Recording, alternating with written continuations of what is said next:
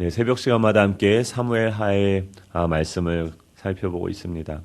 앞서 13장에서는 이 압살롬은 그 암논이 자신의 누인 그 다말을 욕보이는 사건이 발생이 됩니다. 그 일 때문에 압살롬은 그 암논에게 보복하기 위해서 2년 동안 준비하게 됩니다. 앙심을 품고 또 형제들이 그 방심한 틈을 타서 부활을 시켜 의도적으로 청부살인을 저지르게 됩니다.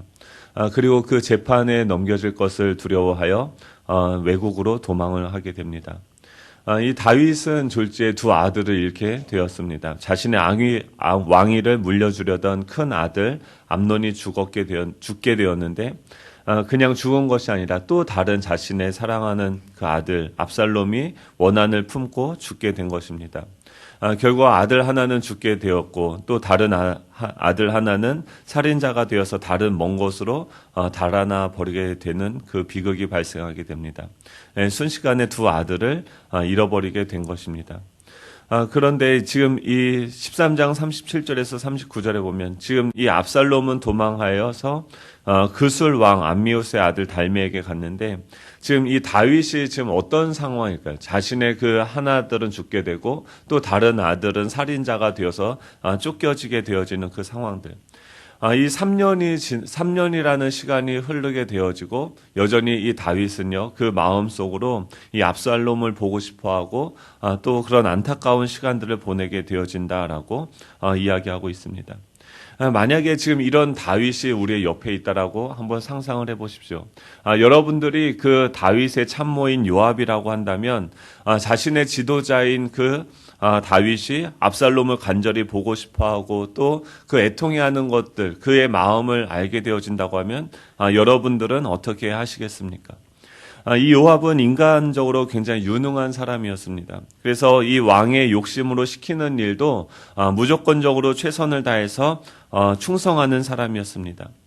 예를 들면 이 다윗이 밧세바의 남편 그 우리아를 전장에서 죽게 하라고 명령을 하자 말이 되어지지 않는 윤리적으로 문제가 되어지는 문제임에도 불구하고 이 요압은 그 다윗에게 충성하여서 그 우리아를 죽게 내었던 사람이었습니다. 이번에도 마찬가지입니다. 이번에는 그 시키지도 않았는데 이 자기가 먼저 그 왕의 의중을 알아내어서 이를 성사시킵니다. 또한 이를 처리하는 방식도 굉장히 탁월합니다. 전에 이 나단이 이 다윗에게 찾아와서 이 하나님의 말씀을 전했던 그런 방식을 가지고 와서 이 자신이 한 연기를 잘하는 그 지혜로운 여인을 데려다가 같은 방식으로 이 문제, 이 사건을 풀어내는 그런 지혜를 보게 되어집니다. 인간적으로 본다고 하면은 굉장히 탁월한 참모일 수 있습니다. 하지만 그의 탁월한 그 노력과 그 충성이 가져온 결과는 어떻게 되어집니까? 결국 이스라엘을 큰 위험에 빠뜨리게 되어진다라는 것입니다. 이 요압의 이야기를 통해서 이 성경이 계속해서 우리에게 말하고 있는 내용이 중요한 메시지는 무엇입니까? 첫 번째는 이 사람에게 헌신을 하는 것이 아니라 우리는 하나님께 헌신을 해야 된다라는 것입니다. 지금 이 요압은요, 하나님께 헌신된 사람이 아니라 다윗에게 헌신된 사람이었습니다. 요즘 이 뉴스를 보면은 기무사에서 작성한 그 문건 때문에 굉장히 문제가 되어지고 있습니다. 그 당시 정권을 향한 그 충성으로 그 문서를 작성했을 것입니다. 하지만 그 충성이, 그들의 열심이 나라의 전체적인 모습을 보았을 때 좋은 결과를 가져오게 되었습니까? 저도 마찬가지죠. 저도 부교육자로서 요즘 고민하고 있는 것이 있는데 부목사로서 교회 안에서 어떤 역할을 감당하는 것이 정말 그 주님의 몸된 교회를 위하는 것인가라는 것을 고민합니다. 과연 어떤 것이 담임 목사님을 위한 것일까? 교회를 위한 것인가? 요압처럼 이렇게 하는 거예요. 담임 목사님이 지금 고민하고 또 마음에 있는 그런 염려들을 탁월한 부교육자라고 하면 어떻게 합니까? 그 마음을 쏙 알아서 미리 그 일들을 처리하는 거죠. 인간적으로 보면은 그런 탁월한 부교육자가 성공할 수 있는 가능성도 많겠죠. 하지만 교회의 머리는 누구입니까? 하나님이시죠. 저희 교회는 담임 목사님이 그런 걸 원하시는 분이라는 게 아니에요. 그러니까 끝까지 담임 목사님도 담임 목사로서의 어떤 권위를 내려놓고 끊임없이 그 자리에서 하나님께 묻는 방식으로 교회를 운영하기 위해서 애쓰죠. 저희들도 마찬가지죠. 계속해서 저희들이 함께 격이 없이 논의하고 함께 기도하면서 교회 방향을 이야기하는 이유는 무엇입니까? 하나님께서 우리의 머리가 되시기 때문에 하나님의 뜻을 구하고 하나님의 뜻에 순종하는 그런 방식으로서 교회를 운영해야 되는 것이죠. 하지만 요압은 어떻습니까? 지금 이 하나님께 묻고 그 응답에 반응하는 것이 아니라 지금 이 다윗을 바라보고 있는 거예요. 한 사람을 바라보고 그 사람을 위해서 내가 헌신하고 최선을 다하게 되어지는 거죠. 그 요압의 헌신을 통한 그 결과가 오늘 본문의 내용입니다. 21절부터 24절의 말씀이죠. 우리 같이 한번 읽겠습니다. 21절부터 24절입니다. 시작. 왕이 요압에게 이르되 내가 이 일을 허락하였으니 가서 청년 압살롬을 데려오라 하니라. 요압이 땅에 엎드려 절하고 왕을 위하여 복을 빌고 요압이 이르되 내 주 왕이여 종의 구함을 왕이 허락하시니 종이 왕 앞에서 은혜를 입은 줄을 오늘 아나이다 하고 요압이 일어나 예루살렘으로 오니 왕이 이르되 그를 그의 집으로 물러가게 하여 내 얼굴을 볼 수 없게 하라 하며 압살롬이 자기 집으로 돌아가고 왕의 얼굴을 보지 못하니라. 아멘. 지금 이 요압은요 끊임없이 그 지혜로운 여인을 그 왕에게 데리고 가서 그와 비슷한 처지의 이야기를 듣게 하고 결국 그에게 면죄부를 줍니다. 그래서 그 다윗의 심리적인 그런 저항감을 그 장애물들을 제거하고 그 아들을 데려오게 하죠. 하지만 이 왕은 그래서 왕은 이 요압에게 이제 압살롬을 데려오라고 명령하게 되어집니다. 그래서 이 요압은 그슬로 가서 압살롬을 데리고 예루살렘으로 오게 됩니다. 그런데 이 다윗이 무엇을 명령하냐면 지금 그 압살롬을 데리고 왔지만 바로 맞이할 수는 없는 거죠. 그를 그의 집에다가 데려다 놓고 거기서 머무르게 하라라고 이야기합니다. 왜냐하면 지금 이 죄를 지은 것이 너무나도 명백한데 또 이 나라에 어떤 법과 질서가 있는데 그 살인죄를 저지른 사람을 그냥 용서해 줄 수는 없기 때문이죠. 그래서 그 다윗이 마련한 방책은 무엇이냐면 심각하게 그 하나님 앞에서 고민하면서 내놓은 그 방안이 뭐냐면 이 고의적인 그 살인에서 한 단계 낮추어서 과실로 인한 그 살인으로 이 사건을 보기를 원한 거죠. 그래서 그 당시에 그 도피성 제도가 있었기 때문에 이 한 번이라도 그 살인을 했던 사람이 피할 수 있는 그런 제도가 있었습니다. 그것이 과실이라면은 그 죽을 때까지 이 도피성 안에 거하면서 죄를 지었어요. 살인죄를 졌어요. 그런데 그것이 고의는 아니고 미필적 고의죠. 그냥 실수로 과실로 인해서 그런 실수를 범한 그런 살인자를 살리기 위해서 이 도피성에서 평생 동안 살아가도록 하는 그런 제도가 있었는데 이 다윗이 이 압살롬을 데려다가 그곳에 그 집에서 제한된 그 영역 안에서 주거를 자기의 집으로 제한해서 죽을 때까지 죽이지는 않고 살되 그 안에서 자신이 저지른 그 과오를 다시금 회개하며 그 안에서 제한된 그 영역 안에서 자유롭게 살 수 있도록 배려를 해준 것이죠.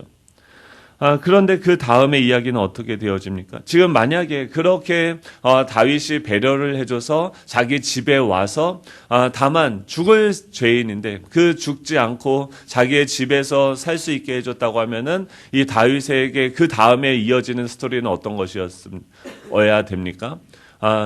감사하고 기뻐하면서 자신이 정말 잘못했구나라는 것을 생각하면서 또 뭔가 그 하나님 앞에 회복을 구하는 시간들을 자숙하는 시간들을 가져야겠죠. 그런데 성경은 다른 이야기를 하고 있습니다. 25절부터 27절입니다. 같이 읽습니다. 시작.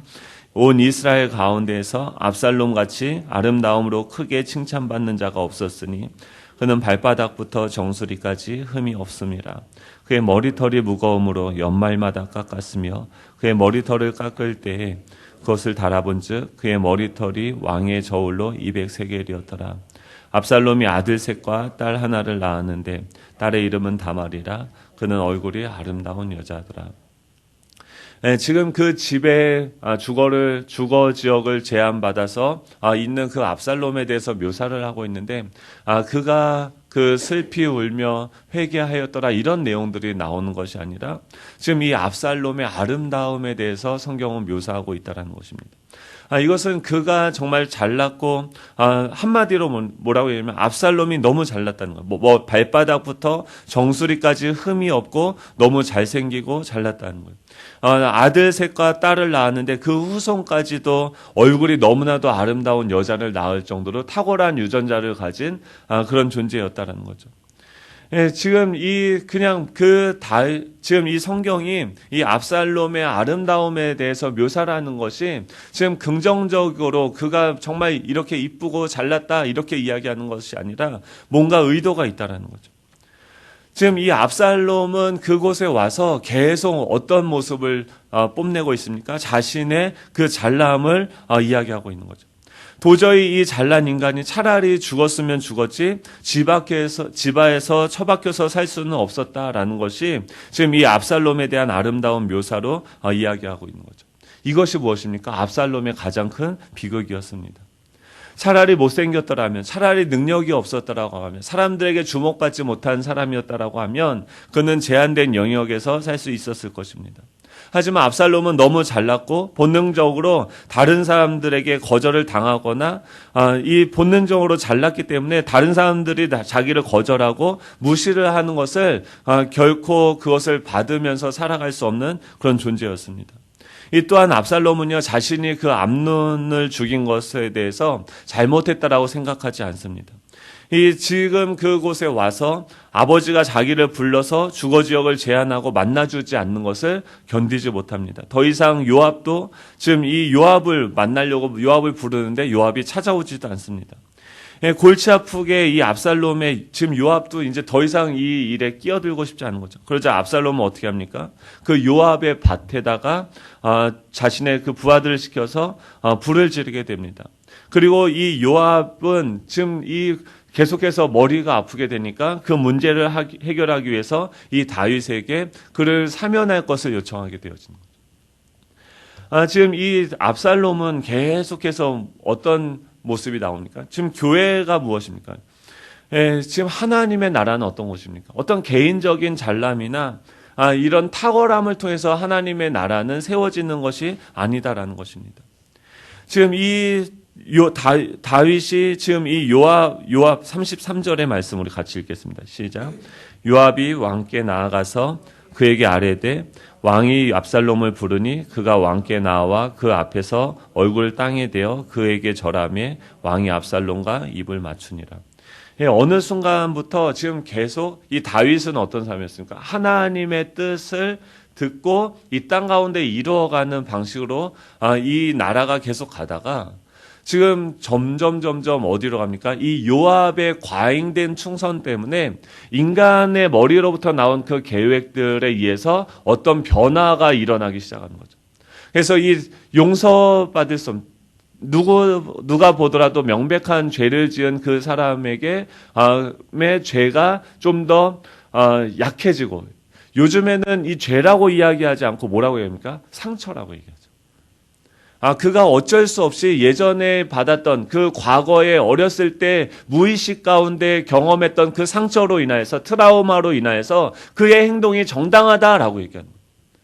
죄는 죄인데 죄는 너무나도 참혹한 결과를 가져올 수밖에 없는 것인데 이 죄는 그대로 내버려두면 다른 사람을 죽일 수밖에 없는 것인데 다른 사람을 피해를 줄 수밖에 없는 건데 그것에 대해서 점점 약하게 부르는 거죠. 그리고 합리화하죠. 그리고 그것 때문에 귀찮으니까 자신의 입지가 좁아지고 어려운 일이 당하고 자신에게 불상사가 생기는 거죠. 자신의 이익에 손해가 생기는 거죠. 자신의 밭에 불이 나게 되는 거죠. 그러니까 어떻게 합니까? 귀찮아서 그를 아예 용서해줘 버리자 하는 거죠. 뭐가 빠졌습니까? 회개가 빠진 거예요. 하나님에게 나오고, 지금 이 다윗은 하나님을 보여주는 거죠. 그리고 그 다윗이 그 땅 가운데 하나님을 대리해서 그 땅을 다스린다고 하면 이 압살롬은 어떻게 됩니까? 자신의 과오를 회개하고 그 아버지 왕께 자신의 그 죄를 회개해야 되는 거죠. 그리고 그 회개가 전제되어진 그 압살롬에게 하나에서 그 공동체가 받아줘야 되는 것인데, 이 회개가 없이 이 그냥 사람들이 보기에 그 사람을 끌어들이기 위해서 데리고 오게 되는 거죠. 그냥 다윗의 마음의 그 슬픔으로 인하여서 그를 데리고 오게 되는 거죠. 한국 교회가 왜 이렇게 어렵게 되어졌습니까? 능력이 부족해서입니까? 그렇지 않죠. 이 요압과 압살롬은 능력자였습니다. 상대방의 그 심리를 꿰뚫어보고 그 문제를 인식하고 해결할 수 있는 능력과 매력을 갖춘 사람이었습니다. 그런데 그들의 능력과 그 매력과 그들의 경험들이 어떻게 됩니까? 지금 이스라엘이라는 국가의 위기를 가져오게 되어지는 거죠. 그동안 한국교회 안에 어떤 일들이 일어났습니까? 한국교회를 안에서 이 교회를 부흥시키고 잘 세워보겠다고 얼마나 많은 노력을 했습니까? 하나님께 과행 충성을 했습니까? 교회 성장을 위해서 전도하면서 복음을 일석시켰죠.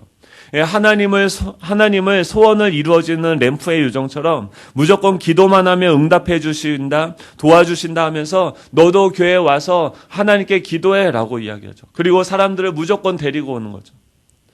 그래서 사람들이 와서 그 이야기를 듣고 기도하다가 하나님이 감히 내 기도를 들어주지 않기라도 한다면 하나님께 의뢰 갑질을 행하는 거죠. 나 교회 안 나와요. 하나님을 협박합니다. 자기 뜻대로 되지 않으면 요압의 밭에 불을 지르듯이 교회 안에서 맘대로 행동하게 됩니다. 그래서 교회에 분란을 일으켜서라도 자신의 뜻을 관철시키려고 합니다. 자신의 잘남을 인정받고 자신의 존재감을 드러내는 곳, 그것이 바로 교회가 되어버렸죠. 목사들도 어떻게 합니까? 더 많은 성도들을 유치하기 위해서 당신은 특별한 사람입니다.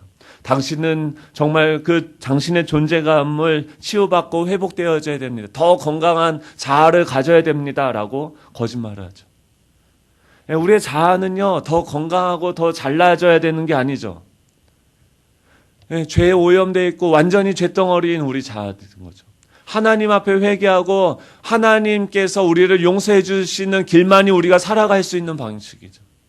하나님이 우리를 용서해 줬기 때문에 그 은혜로 감사하면서 기뻐하면서 지금 이 안에 여전히 다른 부족하고 아픈 지체들이 있다 할지라도 그들을 나를 용서해 주신 그 하나님의 사랑으로 인하여서 그들을 사랑하고 품는 것이 바로 교회인 거죠. 지금 어떻게 되어졌습니까? 세상 사람들이 가장 기피하는 시어머니 대상이 강남에 속해 있는 교회 권사님이래. 이게 뭐냐면 교회도 열심히 다니고 또 세상적으로 능력도 있는 그 사람들. 그 사람들의 특징은 무엇입니까? 절대 소통이 안 되고 자기 주장만 늘어놓는 괴물을 양성하는 집단으로서 세상은 교회를 보고 있죠.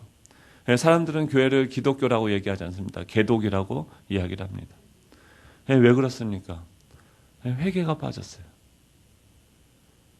압살롬처럼 나의 아름다움을 뽐내고 내가 인정받기 위해서 다윗에게 가는 그 사람들을 지금 이제 다음 장에 가면 어떻습니까? 2년 동안 사람들의 마음을 빼앗는 일들이에요.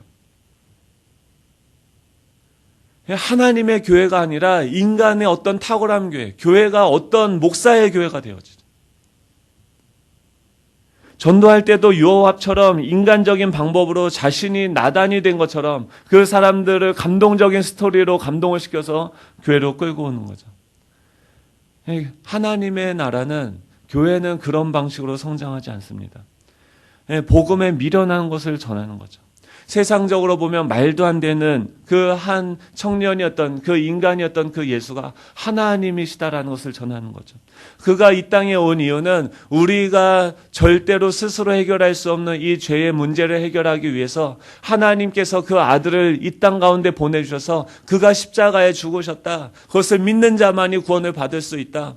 세상적인 논리로는 말도 되어지지 않는 이 미련한 듯한 그 복음을 우리가 전하게 되어졌을 때 이 성령께서 일하심을 통하여서 그 영혼들을 부르시고 구원하시는 하나님의 주권적인 역사가 나타나는 곳이 바로 교회인 거죠. 그 부르심을 받은 사람들의 특징은 무엇입니까? 자신의 죄인됨을 인정하고 겸손하게 하나님이 있으라고 하는 그 영역 안에서 머무르면서 평생 하나님께 감사하며 하나님을 예배하며 그곳에서 그 이웃을 사랑하며 살아가는 그런 곳이 어디입니까? 그것이 교회인 거죠. 결국 압살롬은 교회 안에 들어와서 사람들의 마음을 빼앗습니다. 결국 압살롬의 이스라엘이 되고 압살롬의 교회가 됩니다. 교회는 어떤 개인의 탁월함에 의해서 세워지는 것이 아닙니다. 각자의 자리에서 묵묵히 자기를 부인하고 하나님의 말씀에 반응하는 자들을 통해서 주님은 지금도 자신의 몸된 교회를 세워가고 계십니다. 말씀을 정리합니다. 두 가지입니다. 우리는 사람에게 헌신된 사람이 아니라 하나님께 헌신된 사람입니다. 교회는 우리의 탁월함이 아니라 우리의 회개와 자기의 부인을 통한 또 하나님의 그 말씀에 반응하는 순종을 통해서 세워집니다. 오늘 우리에게 주어진 영역이 있습니다. 우리를 부르시는 곳이 있죠. 그곳에 우리가 해야 되는 것은 무엇입니까? 내 자아를 뽐내고 내 탁월함을 나타내는 것이 아니라 그곳에서 겸손히 하나님의 은혜 없이는 살아갈 수 없는 자입니다. 주님, 나에게 말씀해 주십시오. 제가 순종하겠습니다. 그 하나님의 말씀에 대한 순종으로 하나님의 나라를 확장해가는 저와 여러분이 되면 좋겠습니다. 기도하겠습니다. 하나님 아버지 감사드립니다. 정말 우리의 탁월함도 우리의 능력도 결국 파괴를 불러오고 또 세상을 어지럽힐 수밖에 없는 그런 연약한 존재가 바로 우리임을 주님께 고백합니다. 주님께서는 그런 저희들을 용서해 주셨고 저희들은 그 하나님의 뜻 안에서 살아갈 수 있는 존재가 되었음을 기억합니다. 주님, 우리가 죄인이었다라는 것을 기억하게 하시고 그런 저희를 하나님께서 사랑하시고 용서해 주신 그 은혜로 말미암아 오늘을 살아갈 수 있도록 주님 인도하여 주시옵소서. 나의 탁월함을 나타내는 것이 아니라 겸손하게 주님의 뜻을 구하며 또한 사람에게 헌신된 종이 아니라 하나님께 헌신된 저희들이 될 수 있도록 주님 축복하여 주시옵소서. 왕 되신 주님께서 우리에게 원하시는 것을 오늘 하루 이 땅 가운데 이뤄갈 수 있도록 주님 축복하여 주시옵소서. 감사드리며 예수님의 이름으로 기도드립니다. 아멘. 하늘에 계신 우리 아버지여.